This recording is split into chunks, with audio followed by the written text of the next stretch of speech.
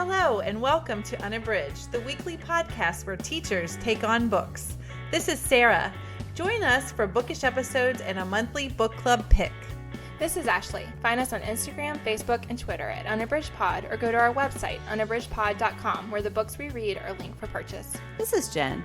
Check out our Teachers Pay Teachers store, our Patreon page, and our newsletter. Please rate, review, and subscribe on Apple Podcasts to support us. You want opinions about books? We've got them. Hi, and welcome to Unabridged. This is episode 157, and this is our second Patreon preview. Today, we are sharing an Unabridged, Uncensored episode. So before we get started, I just want to remind you that we have some great content on our website, unabridgedpod.com. We are posting on the blog almost every day. On Mondays, we have Bookish Faves, where we share curated lists of things that we put together for you. On Tuesdays, we have Pub Day Shoutouts, where we highlight some books that we're excited to celebrate. Wednesdays, we have our show notes. And then on Fridays, we have book reviews. So check that out. And we'd love to hear from you. So we would love for you to comment on each of those posts and to share those posts on your social media. That would be a great help. To start off our episode today, we are going to do our Bookish Check-in. Ashley, what are you reading? So I went shopping in my Kindle. I actually made a list of Kindle books I wanted to make it a point to read. This was not on that list, but it was an irresistible start for me. So I chose TJ Klune's The House in the Cerulean Sea. And I just have heard such great things about this book. So like I said, I made this list of, 8 or 10 books because I've realized that the Kindle, I wanted to have a little strategy in what I was choosing on the Kindle. And then this is not on that list at all. And I was like, I'm dying to start this book. So I did, and I absolutely love it. I am still pretty early on in it, but Linus, the main character, is working he works in a department that he's kind of like a social worker for taking care of children, like checking in on children's living circumstances, but it's for magical children. So he works in it's like got an acronym, but it's basically the Department of Magical Children's Well-being or something. That's paraphrasing, but that's his job. And he's kind of a cog in the machine. That's how he feels. And he does like working with the kids, but he also is approaching midlife and feels he lives by himself with just his cat, and he is just, having some sort of typical feelings of wondering exactly what he's doing with his life. And he gets called up to extremely upper management unexpectedly, and it's all very closed door and secretive, and he gets sent on this mission. And so he has kind of overnight to pack up his bags and go on this mission. He does not know anything. He cannot open the envelope that has any of the details until he arrives. So it's just there's a lot of it's funny. It's like laugh out loud funny. And it also is endearing. I think that already as a reader, I feel really endeared to Linus and his cat who goes along with him on his journey. And so it's all just been really interesting, but I can tell that, so the journey is going to the house in the Cerulean Sea, and I can tell that whatever is happening in the house is just going to be really fascinating, and that the characters are really neat. And so I'm glad. I guess that what drew me to it is that I've seen a lot of people who said they loved it, but also that it just brought them a lot of joy. And I think that's why I started it. And I was immediately captivated by it. So yeah, it's been great so far. So again, that's TJ Klune's The House in the Cerulean Sea. I've seen that everywhere. I want to read that. I have too. I have that one in my Kindle closet. So yeah, maybe I'll pick it up soon. That's exciting. Sara, what are you reading? I am reading a book that you can kind of pop in and out of, and it is Melanie Shankle's On the Bright Side. The subtitle is Stories About Friendship, Love, and Being True to Yourself. Melanie Shankle, I heard about her from the Popcast, and she actually has a podcast with Sophie Hudson called The Big Boo Cast, and she also is a popular blogger. And her book, she's just really funny. She's a mom and she has dogs, and she just is really funny and just talks about things that I can relate to because I'm also a mom. And I don't know. I just like it because each of the chapters you can kind of pop in and out, and I am not too far in it, but I am really enjoying it. So that is Melanie Shankle's On the Bright Side. That sounds really good. Yeah, it's good. What are you reading, Jen? So I am reading Kevin Van Whye's Date Me Bryson Keller with the Totally Teen Buddy Read on Instagram. And it's been a rough week in my house, and this one is just hitting a great place for me right now. I just needed this kind of warm, it's YA, it's just this warm, sweet story. So Bryson Keller is one of the most popular students at his private school. And Kai Sheridan, who is the protagonist of the story, really admires him and thinks he's just this super nice guy, and that he's not one of those kids who's popular because he's mean. He's popular because he's just really kind and decent. So they are standing around one day and everybody's teasing Bryson because he never dates anybody. And they set up this bet where every Monday someone is going to ask him on a date. He can't ask them. Somebody has to ask him on a date, and he dates them Monday through Friday. And then as long as he keeps going, and every Monday somebody asks to date him and they date him through Friday, he wins. But if he loses, he can't drive his Jeep to school. He has to ride the bus to school every day. And, they set rules like there can't be any touching. Nobody can cross boundaries. They're really careful about it. And so for a long while, every Monday, a different girl is asking Bryson Keller out on a date. Well, through a strange series of events, Kai, who is gay, asks Bryson Keller on a date. Kai has not come out as being gay in his school. So this is a big revelation for him. Bryson is the first person he's told. And Bryson just handles it in the kindest way possible and says, well, sure, I'll date you. There's no reason. We didn't say at the beginning that I had to be a girl. So yeah, I'll date you. And so they start this week of dating, and it is just, it is the sweetest story. I just really like the characters a lot. I think it's so nice to see just nice kids, and just they're working through a lot of issues. Kai is both self-conscious because he's gay. He's also biracial, and he's one of the only students of color at his school. And so he feels as if he's already had to work through that. And there are a few gay students at his school. And so even though he feels like most of the adults feel like people aren't picked on for being gay anymore, he sees the way those kids are treated sometimes. And he just doesn't want to open himself up to that kind of teasing. And so when Bryson reacts that way, which I guess was a slight spoiler, so I'm sorry for that, but it just really warmed my heart. So I am really loving Kevin Van Whye's Date Me Bryson Keller. I hadn't heard of that one. That sounds great. When the person who runs the buddy read, we voted on 3 different choices, and I'd never heard of it, but it's Van Whye's debut novel, and I haven't seen it really anywhere either. So I hope it gets more buzz because I think it's just a great read.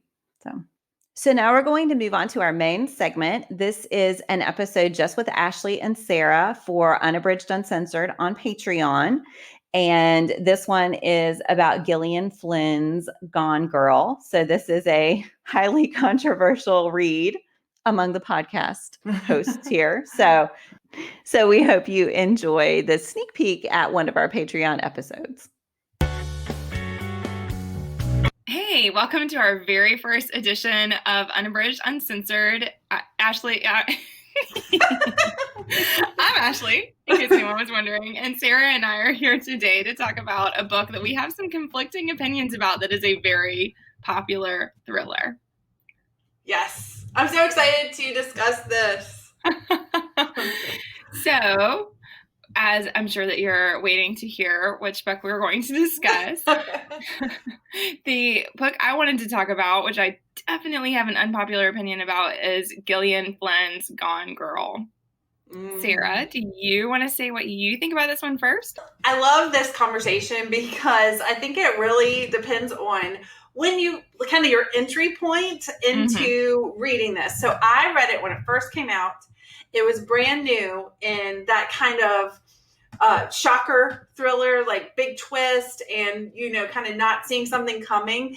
And I adored it. I had it on the seat of my car or my minivan, soccer mom. So I had it on the seat of my van, and at like stoplights, I would try to read a paragraph because I had to know what was happening, and I loved it so much. And I was just absorbed in it. So like I said, it was when it first came out. I mean, it was brand spanking new. So I loved it. Ashley, what's your opinion? So Sara and Jen helped me come up with this one because I'm doing the Modern Mrs. Darcy reading challenge this year, and one of the 12 books is a book outside of your normal genre, and I don't read thrillers very often. So both Jen and Sara were like, you got to read Gone Girl. Like, Gone Girl is the one, and it was, for sure, it was a gateway into a totally different type of thriller. And so because of that, and Jen had it, invariably I'm always borrowing Jen's books.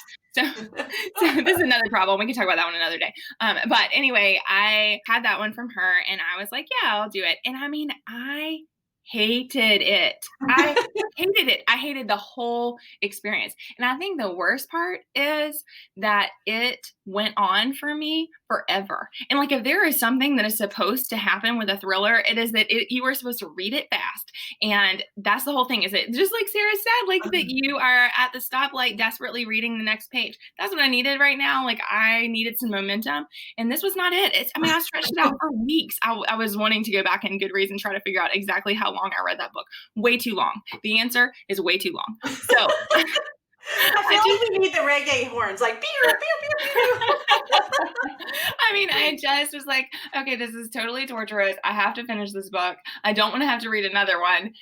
But it just was a bust for me. But I think that what you said, Sara, is absolutely right, that it is about entry point, and that a big problem for me is that I knew from the start that this huge twist was going to happen. And so then my calculating brain is spending every single ounce of energy. Instead of thinking about the book, I'm thinking about what the twist is. And because of that, I full well knew what the twist was before it happened. And that was a big disappointment, because I don't know, by page 100 or something, I was like, I know that she is not dead, and that she is the one doing all this, because it was clear, because there had to be a twist. It had to be big. And I knew for a fact that meant Nick was not the killer. And because of that, you had to, like I said, all my energy and all my brain power, instead of enjoying the story, was devoted to solving this thing and being like, what exactly happened? And then when that is exactly what happened, it was a big disappointment. I can definitely see that, because like this was kind of the start of that whole shocking twist thing. Like, this is the book that started the whole genre basically of that. And I had no clue. Like, I was like, oh, this is like a suspense book, and I'm like reading and I'm going to figure it out. And I remember when I flipped that page and I was like, what? Wait, what is happening? And I just remember that whole thing. However, I will say, I loved Gone Girl when I read it, but since I have read more in the genre now, I'm the exact same way. I'm like, okay, let's get to it. What's going to happen? And it really takes a really well-written, well-paced thriller for me to say that I like it, because I'm always disappointed, because that moment in Gone Girl when I realized that Amy was still alive, and I think this is also the book that made me realize that I could get behind a book, and I could really like a book even if I didn't like many of the characters at all. And I also realized how much I liked an unreliable narrator. But again, like, that was one of the, that is like pop cultural touchstone in like the book world is that whole thing about unreliable narrators, unlikable characters, and still being with a book through the end. And so like all of that I loved. But now when I'm trying to read, I'm like you, it is really difficult for me to find a thriller that grabs me. Yeah, I think the unlikable characters thing is a big part of it. Is like I hated both of them. I hated them from the beginning. Mm-hmm. And so I feel like that is really hard because I've talked before on our episodes about how it's just really hard for me to be in it for unlikable characters. And again, if I were going super, super fast, I think it would have been different, but it did not feel fast. I felt like it was work. And meanwhile, I am obsessively calculating exactly what is going to happen. And so I feel like a lot of that, kind of took away some of the fun. I will say the one time I was legitimately surprised, or at least did not fully play it all out ahead of time in my mind, was what she did with, I can't remember the other dude's name, but again, this was not my favorite, but where she you were taking copious notes. I was not taking copious notes, but where she murdered the guy to escape and did all the same manipulations that she did for so many of other people in the history of her life. And so I felt like that was really fascinating. And I did like that part. And I was surprised. And so then I felt like in that, how that all played out, I could see how other people, if you felt that way throughout the book, how that would be really satisfying. But that was like the only moment where I was like, oh, this is interesting. Yeah. And I think that the other thing, if this, and this is a big part, I think, of thrillers too, is if the end is satisfying, then I feel like you wind up with this really good feeling about the book. And I hated the end so badly because she won. She totally won. She had all the cards. She totally won. And I felt like not only did I hate it because I didn't want her to win, because even though I didn't like Nick, I obviously liked him better than his sociopath wife. So both of them are bad, but he is like less bad. And I just didn't want her to be able to play the game forever. And it was definitely this idea. And to play the game by having a child who they're going to bring into the world. I think that, I'm just like sick. I was like, oh my gosh, this, like I've sludged through this thing and here we are. And this is the end. I hated it. Tell us how you really feel, Ashley. I think I'm going to like these uncensored ones. I hold back so much. They're going to be cathartic. But it is hard, I think, to say how you really feel about stuff, and especially in a situation like this where I know this one was wildly popular and people loved it. And I'm sure that no one wanted her to win in the end. That's not really the point. Nobody wanted her to be able to continue to manipulate people in the way that she had, or to have that kind of hold over Nick. And yet people liked it. So, yeah. Yeah. I think one, it's nice to have this space where we can talk a little bit more freely about our feelings, because there is some pressure not to totally annihilate a book, because a lot of times you can see the value in what it is, even if it was not for you. But I remember when I read Gone Girl, I just thought like some of the ways and the phrasing that Gillian Flynn used to describe some of the characters, especially the guy that we can't remember his name. I know that Neil Patrick Harris played him in the movie. But I love him. I didn't realize. I forgot this was a movie. I'll have to look for it. Maybe. Yeah.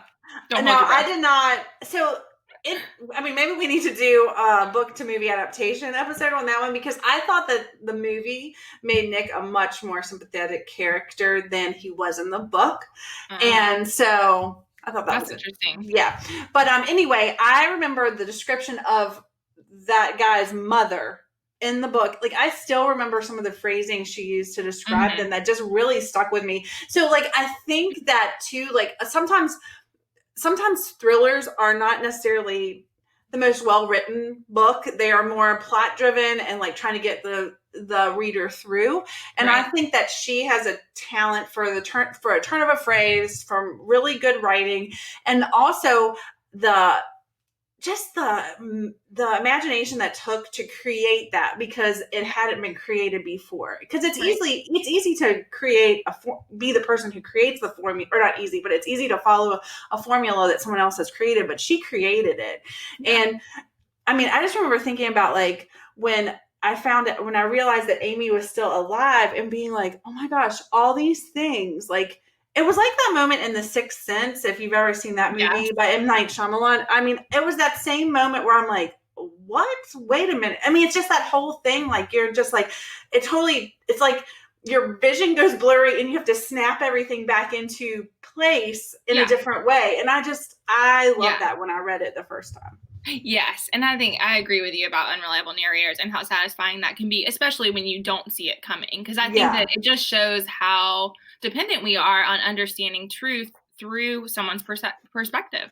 And that is really assaulting and sometimes can feel very satisfying for a reader when you're like, oh my gosh, everything I thought I understood about the world is different than what I perceive. Like, everything I thought I understood is not how it really is. And that is, I mean, it's like The Matrix. It's like Sixth Sense. I mean, it's this idea that like there is a veil and you've been in this veiled understanding. And then all of a sudden you're like, oh, everything I thought I knew isn't the way it is. And I think that, again, if I hadn't known about Gone Girl, it would have been totally different. But there's no way at this point, because it was so iconic, there's no way that I wouldn't know, that there was something big to look for. But I mean, regardless, I agree that like her painting of the characters is really remarkable. Mm-hmm. And the way that just the how meticulous Amy is to set everything up, that she could get away with it. And I think that part is very convincing, that she is so strategic about how, and diabolical, and so determined to destroy him, and that she's smart enough to do it.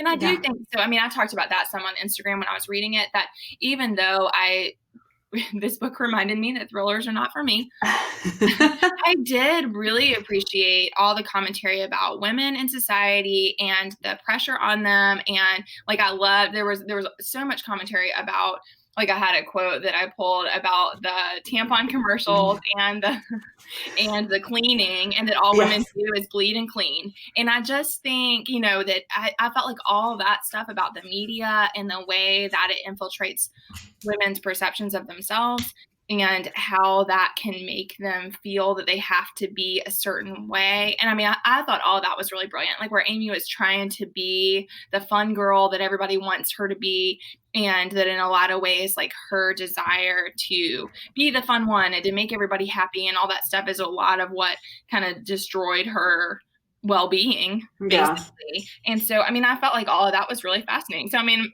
all that to say, as much as I hated it, I still would probably read another Gillian Flynn book.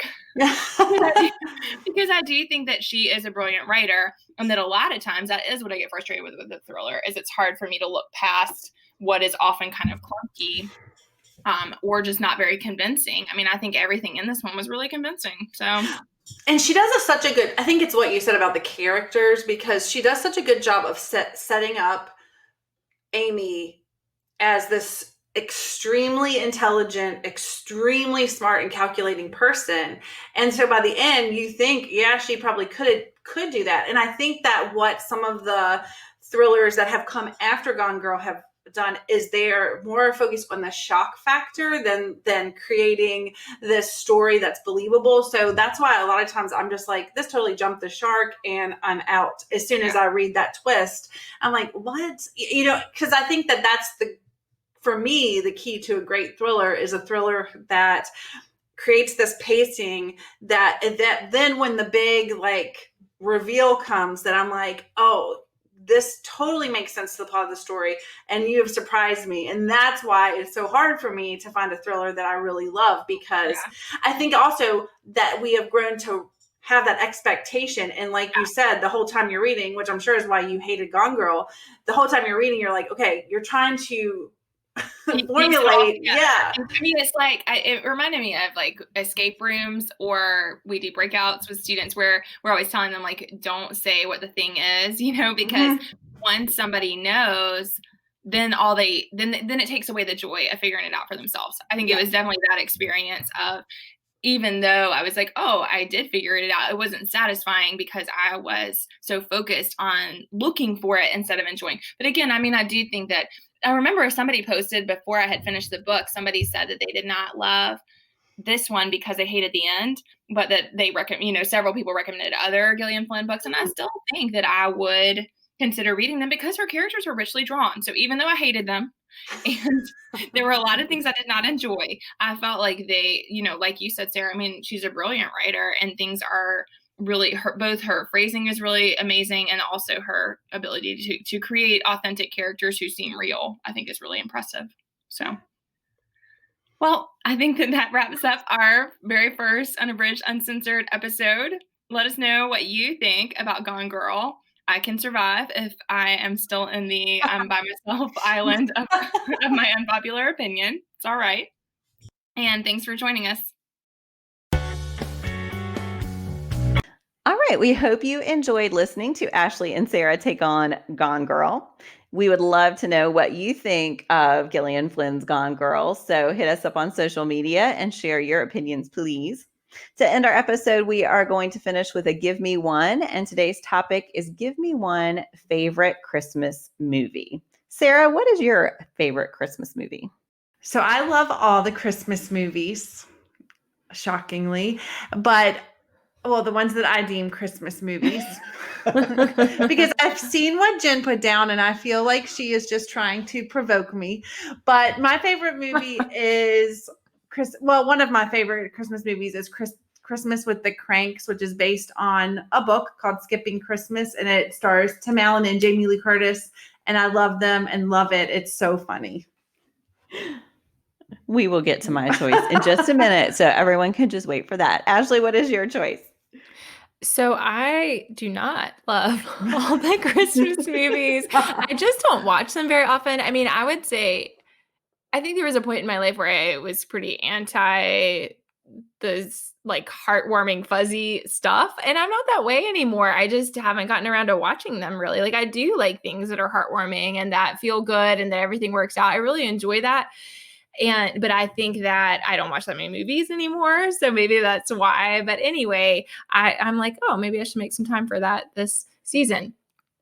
So I'm not very well versed. I didn't have tons to choose from, but I do love Elf. So I'm going to go with that one. I think it is pretty well known. And I don't need to say a lot about it, but I just think it does all the, I think for me, it works because it's really funny and it has music, which I love when I love the singing and all that part. And then it does have the heartwarming stuff too. So it's a good fit for me and I do like it and I could watch it. I also don't love to rewatch things over and over. So I think that's a factor also with Christmas movies. Some people have the ones that they watch every single year and like I get tired of that, but that's one that I could watch yearly and be okay with because I really like it.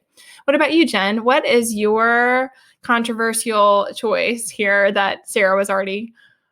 I wish you all could see her face, listeners. They do not agree on this. This comes up seasonally. Go ahead, Jen.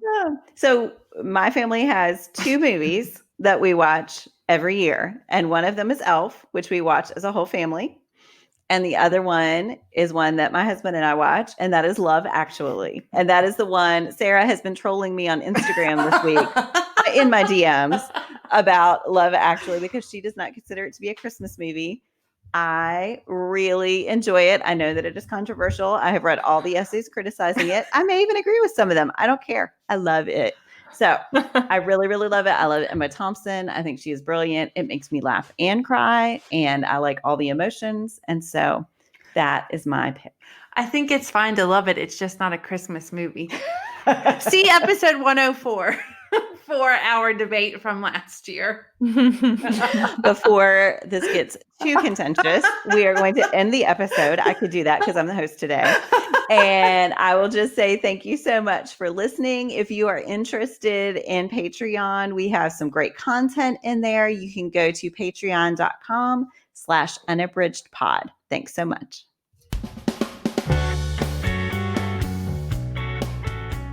Do you have comments or opinions about what you heard today? We'd love to hear them. You can find us on Instagram, Facebook, and Twitter at UnabridgedPod or on the web at unabridgedpod.com for a list of ways to support us. We'd like to thank Jared Featherstone, who composed our theme music, Strings of Light, and Katie Amy of Amy Photography, our podcast photographer. Thanks for listening to Unabridged.